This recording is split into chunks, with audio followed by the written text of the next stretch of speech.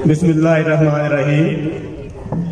Stage पे बैठे हुए मेहमान ग्रामी मुआवजा हैदर मेहदी साहब, जनाब दूसरे मेहमान जितने भी आए हैं खुद तौर पर आराफत हैदराबाद साहब, मैं आप तमाम दोस्तों का मशकूर हूँ कि आपने ये एक जलसे का एहतमाम किया।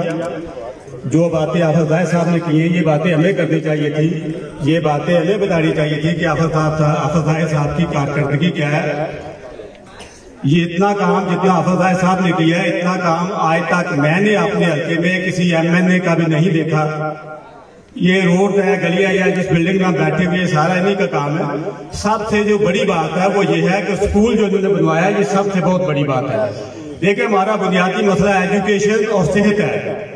गलियों नालियों की सियासत से हमें निकलना चाहिए और हमारा क्यादत से भी ये मुतालबा है कि ये थाने कचहरी की सियासत अब खत्म होनी चाहिए। अब हमें आगे बढ़ना चाहिए, अब हमें अपने बच्चों के बेहतर मुस्तकबिल के लिए कोशिश करनी चाहिए। मैं हैरान इस बात पे हूँ कि हमारे यहाँ तालीम पे कोई तवज्जो नहीं दी गई। मुझे अफसोस से ये कहना पड़ता है गवर्नमेंट हाई स्कूल दौलत नगर तकरीबन 100 साल पहले उसको हाई स्कूल का दर्जा मिला। आज पाकिस्तान को बने हुए भी 75-76 साल हो गए हैं और वो बदकिस्मती से आज तक हाई स्कूल ही है। आप अंदाजा लगा लें 100 साल की आबादी और आज के बाद आज कितनी आबादी है, लेकिन किसी फर्द ने इस मामले पे कोई तवज्जो नहीं दी। कई पार्टियां आई हैं, कई पार्टी मुल्क में लोगों ने गवर्नमेंट की सियासत की और चले गए। मेरी मौजूदा क़यादत से ये पहली बार गुल साहब को यहाँ पे आना चाहिए था, वो नहीं है, उनकी कुछ ऐसी मसरूफियत होगी। वो एक मंजे हुए और मैच्योर सियासतदान है, वो बोलने का फन जानते हैं। मैंने पिछले भी 10 साल देखे असेंबली में जज साहब जब कोई वोटिंग होती थी तो सिर्फ बात करने का काम करते थे, बाकी उन्होंने किसी इशू पे कोई बात नहीं की कभी असेंबली में। तो यही सूट है। आप कई रोडें उनके दौर में ऐसी बनी जो रोडें कागजों में बन गई लेकिन मौके पे रोडों का वजूद नहीं है। तो हमारा हालांकि मेरा सियासी काबा तो लड़काना है, उसके बावजूद हम गुल साहब को पसंद करते हैं। और सबसे बड़ी वजह पसंद करने की वजह यह है कि आफत साहब ने जो काम किए हैं इतने काम हल्के में किसी ने आज तक नहीं किए। मैं आफत साहब का दादी तौर पर मशहूर हूँ। सबसे बड़ी बात फिर वो ये एजुकेशन के हवाले से जो उन्होंने स्कूल का काम किया है, ये मैं समझता हूँ कि हर गांव में इस वक्त की जरूरत है कि हाई स्कूल होना चाहिए बच्चे और बच्चियों के लिए। और हर यूनियन काउंसिल में कम से कम ग्रेजुएशन तक बच्चे और बच्चियों के स्कूल अब होने चाहिए। हमें पुरानी सियासत से निकलना चाहिए, पुरानी बातों से निकलना चाहिए। मैं तो हैरान हूँ कि हमारे MNA और MP कहाँ है।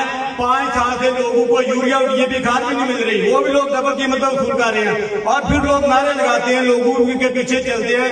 तो मुझे समझ नहीं आती, हमें सोच समझ कर ये फैसला करना चाहिए। और मेरी आप तमाम लोगों से गुजारिश है, पूरी UC से ये गुजारिश है कि आफत साहब का मेरिट बनता है। आफत साहब को हम इसलिए वोट नहीं दे रहे कि वो हमारे गांव के हैं, बिल्कुल भी नहीं। आफत साहब की वजह से हम शेर को वोट दे रहे हैं और इसलिए दे रहे हैं कि उन्होंने मेरिट पे काम किया है और उन्होंने इतने तरक्याती प्रोजेक्ट किए हैं जो कोई MNA भी नहीं कर सकता।